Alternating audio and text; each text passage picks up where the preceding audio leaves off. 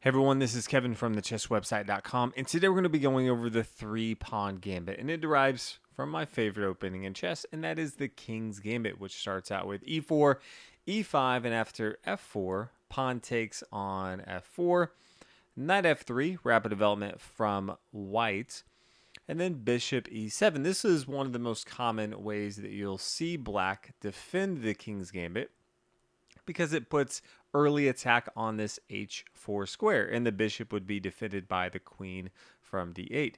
White doesn't care too much about that, playing bishop c4. Bishop h4 is the response here. g3, after the pawn takes, then castle on the king side. You can see things are getting pretty crazy already. White's just sacrificing all of the pawns in front of the king, and it gets the name of the three-pawn gambit because White continues to give up even more material and gives up the other pawn. And after h2, White plays the move king h1. And this is where things get pretty crazy, because you can look at it and say White has no safety for his king, but things aren't that easy for black. If you start to look at the threats, the bishop on c4 is eyeing down this f7 square, which is only defended by the king. The rook on f1 has an open file that can attack this square on f7. You can see the knight on f3 can easily come to e5 or g5, attacking the square here on f7. You can easily get the queen involved into the game to h5 at some point. So there's a lot of threats that black has to deal with. So let's start to look at some of the ways that black could respond and how white can take advantage. The first one is to look at bishop to g3. The bishop on h4 can already be captured at some point by the knight. So maybe they look at it and say, bishop to g3, we want to hold on to the pawn on h2. This is a pretty good square. But bishop to g3 has problems after bishop takes on f7. King takes on f7. You can see the king is completely exposed, and it's going to be difficult for black to hold on to the position. Now, White has an in-between move, and that is the move pawn d4. Now, yes, White could start attacking right away, but White just doesn't have to. This allows White to control the center of the board, but also opens up for the dark square bishop to get involved into the game, and this just puts a ton of pressure on the opponent. Now, there's a few ways that black could defend from here. Let's look at some of the worst options to give you an idea of the threats. One is knight c6. Just developing material, attacking this d4 square. But you can see now, knight e5, this is a discovered check, attacking the king here. King e7, you have queen g4. This is threatening the queen coming up to g7. It's also threatening just taking the bishop on at g3. So there's a lot of threats here. If they may say, okay, well, we can just take this knight on e5, attacking or defending the pawn on g7. While that's true, we can just take with our pawn. If they take with their knight, we take on g7, and now they're in a world of hurt. They really need to be playing king d6 here, even though it looks pretty awkward. If they don't, if they play like king e6, remember, we still have our rook that can come up here and do some damage, but now we can get our dark square bishop involved into the game. We could play bishop g5, attacking the queen. Where does the queen really go from here? Queen e8. Okay, sure. But then just rook f6. We see the knight take, the queen take, and this is going to be checkmate. So king e6 isn't really that good. They really need to be playing king to d6, but this has its own problems. Now we just take the rook on h8. Now they may decide, okay, I need to protect this knight here. Queen e8 makes some sense, but then we can play bishop f4, just overloading this square here on e5, and they're in a pretty tough spot. We can get our knight involved into the game. We can swing our other rook involved into the game. You can see their light square bishop is completely blocked in.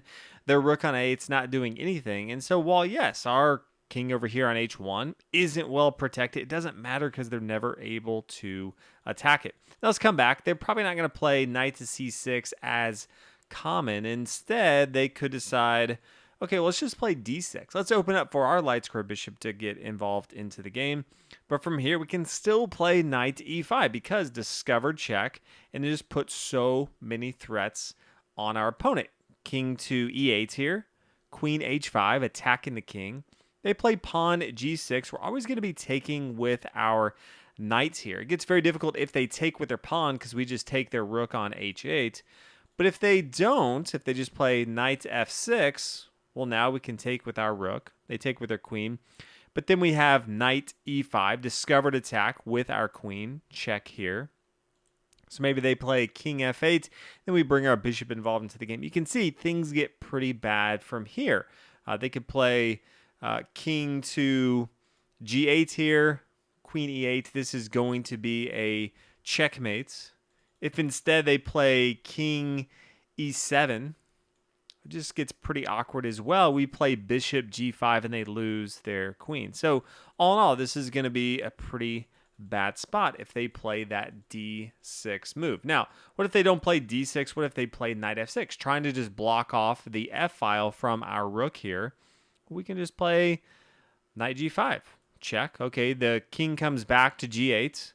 But now we just play pawn e5, attacking the knight. They can either just give up the knight, which is completely fine with us, or if they play knight d5, well, this completely loses to queen f3. Not only are we threatening the queen taking on d5, but we're also just threatening mate. Queen to f7 is mate. So how do they deal with that? They don't really have any good options. So that's what it looked like if they play bishop g3. What if they don't? What if they decide to play knight f6 and say, yeah, I just want to protect this entire file right now and just get material involved into the game, prepare to castle on the king side of the board, because we're not looking to take on f7 right now.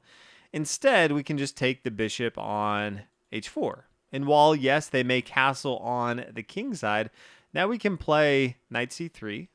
Maybe they play d5 to open up for their light square bishop. They need to do something. We capture that. Maybe bishop g4, and we're fine here. We can play bishop back to e2 if we want to. And you can see we have 4 minor pieces to their 3 minor pieces. And same thing before. Although we have a king that's not entirely safe, it's very difficult for our opponent to put a lot of pressure on us because we have all the development. They have no central pawns. And we can start to even put pressure on them as well. So that's if they decide to play knight f6. If they play the other knight, you can probably tell because it's away from the king side of the board. It's just not that good of a move. We can play bishop takes on f7 now. If they take, we have knight e5, discovered check. They play the king back to e8, and then we play queen h5 check. They play the same g6. The only difference is they can't take with their pawn. Before we said, hey, yeah, they'd be bad because then they lose their rook. But this is actually going to end up in checkmate because the queen can take on g6. We don't even care about their rook on h8.